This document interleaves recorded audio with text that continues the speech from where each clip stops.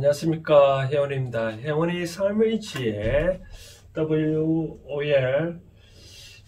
오늘이 금요일이라서 주말을 설 수 있는 삶의 지혜를 제가 하고 있는데, 오늘은 어떤 분이 이런 얘기를 하더라고요.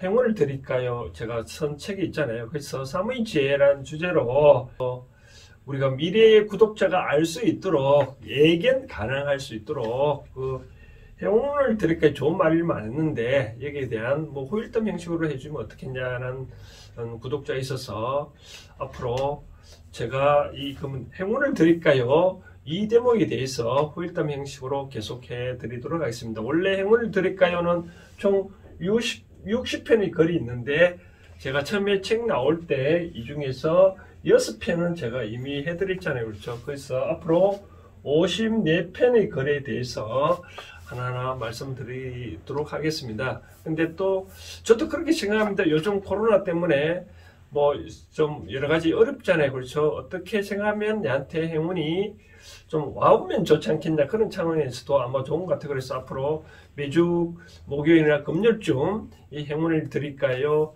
후일담 형식으로 이 책을 쓸 때 못다한 이야기라든지 또 책 내용을 주요 요약을 하고 추가적으로 말씀드릴 그 사항을 좀 말씀드리도록 하겠습니다. 그래서 오늘은 첫 번째로 제가 첫 번째 주제가 이 행운인데, 두 번째 주제가 보니까 어린이에요. 그렇죠?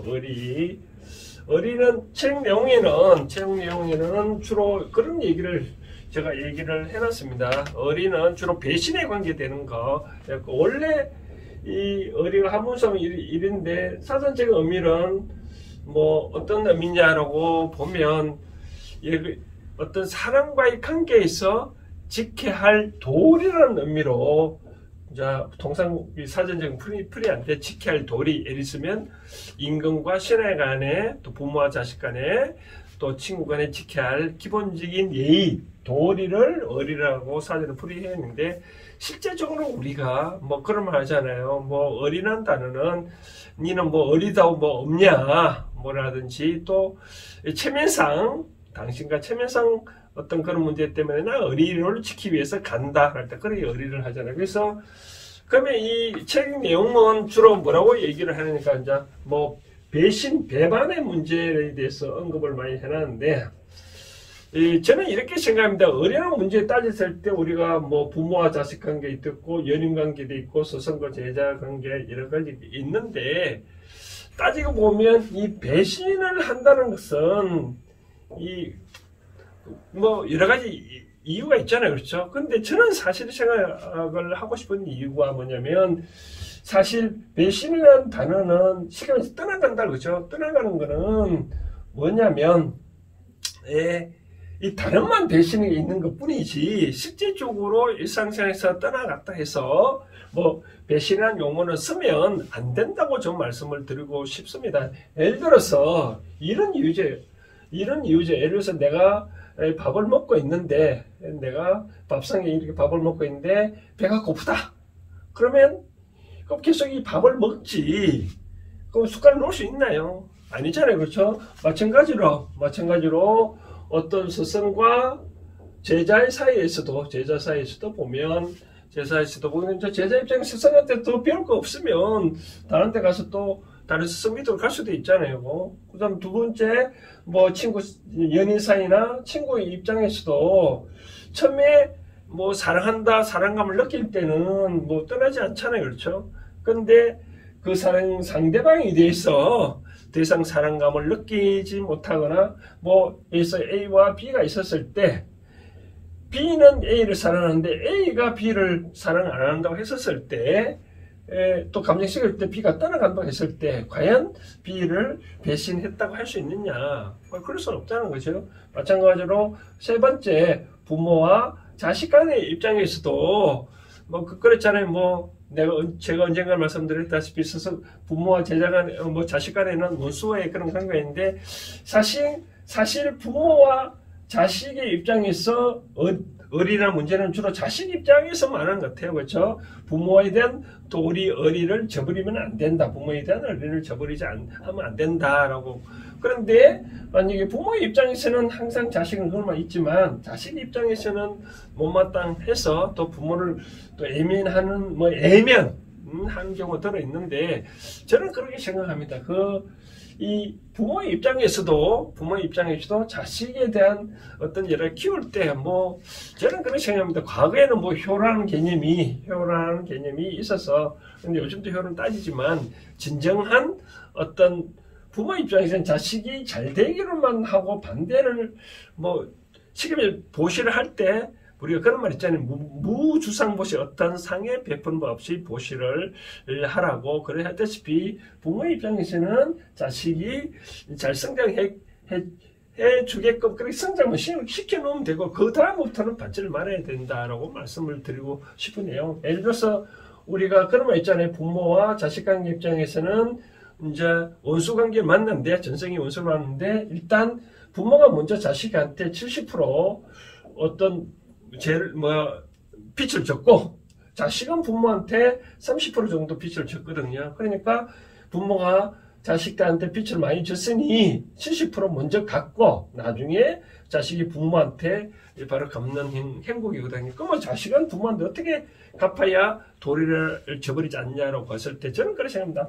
자식 입장에서는 부모한테 의지하지 않냐고 잘 사는 모습을 보여주는 것이 진정으로 부모에 대한 도리를 하는 게 아니냐. 물질적인 복량이 하는 게 아니라 바로 그런 것 같아요. 이와 같이 일상생활에서 바로 의리와 배신 입장에서는 설령 떠나갔다 하더라도 아까 말한 대로 이 배신이라는 단어를 쓰면 안 된다. 다 어떤 쉽게 말해서 이런 거죠. 누가 내 곁에 사람이 떠나갔다는 것은 이 배신이라고 생각되면 사람은 등등 발전을 못하거든요. 영원히 그 사람에 대한 원수를 사랑하는 말이 있다시피 자꾸 배신했다는 단어 생각 안 되고 그럼 어떻게 하냐? 어떻게 해야 되냐? 왜 이 사람이 나로부터 떠나갔을까? 왜 내가 아까 말한 대로 이 상대방이 있는데 밥상에 빈 밥상이라면 빈 밥상 사람이 떠나갔잖아요. 그렇죠? 나는 왜 이 사람에게 나는 빈 밥상이 되었을까라고 생각해 보면 마음이 편하지 않을까요? 그래서 내가 가득 찬 밥상이라면 이 상대는 절대 떠나지 아니하듯 내가 빈 밥상이니 그럼 상대가 떠난 거에 대해서 내 잘못이지 상대의 잘못이 아니거든요. 그렇기 때문에 내 주위에 사람이 없다는 것은 그간 내 주위의 사람들한테 과연 내가 어떻게 했는지를 보라는 거거든요. 그러기에 대해서 내가 수정하면 다시 사람한테 인연이 오지 않냐. 내 앞에 다가온 인연들을 잘 상대한다 그러면 나는 내 주위에 사람이 많은 거죠. 결국 제가 이 행운을 드릴까요? 1편에도 그런 말을 해오는데 우리가 행운이라는 것은 어떻게 행운이 온다는 것은 다 누가 갖다 주죠? 다 사람이 어떤 갖다 주잖아요. 또 사업이라든지 쉽게 말해서 내가 커피숍을 한다든지 식당 한다 하더라도 동물이 와서 먹는 게 아니라 다 사람이 오잖아요. 그렇죠? 그러니까 행운은 바로 누구냐? 바로 나의 주변에 사람들이 갖다 주는 그런 것들이다. 그러면 내 주변에 사람이 없다 떠나갔다는 그럼 난 불행하거든요. 내가 행운이 행복하려면 내 주위에 다 도움이 되는 그런 사람이어야 된다라고 보면 되거든요. 또 하나 생각하면 이 세상에는 만약에 배신이 있고 그런 의리가 만약에 있다면 그럼 이런 경우에는 그럼 진정한 단어에 맞는 의리란 배신이란 말은 아마 이런 쓴 것 같아요. 어떤 사람이 A가 있고 B가 있었으면 B가 어떤 어려운 일이 있었을 때 B를 위해서 진정으로 A가 해줄 수 있는 것이 과연 뭘까? 물질적인 복량이야 안 되고 물질적인 파트너 낫다 해서 이 사람이 알아서 잘 쓰고 다른 데 가면 그만이지만 그러나 A가 왜 이 사람이 어려운지 그것을 알고 진정으로 내가 어떤 삶에 대한 진리를 전달해주고 어떤 세상성의 삶에 대한 지혜를 전달을 해줬을 때 이 사람이 무궁하게 잘 성장을 했다면 여기에 대해서 A한테 어떤 배신한다 그러면 그거는 저 의리를 저버리지 않았을까라고 생각되어집니다. 그래서 이런 상황 말고 일상생활에서 스승과 제자나 또는 이 연인 사이에서나 떠나갔다 하더라도 그거는 단어가 배신이라고 있을 뿐이지 진정한 배신이 아니고 다 나의 잘못으로 떠나갔다고 생각 들고,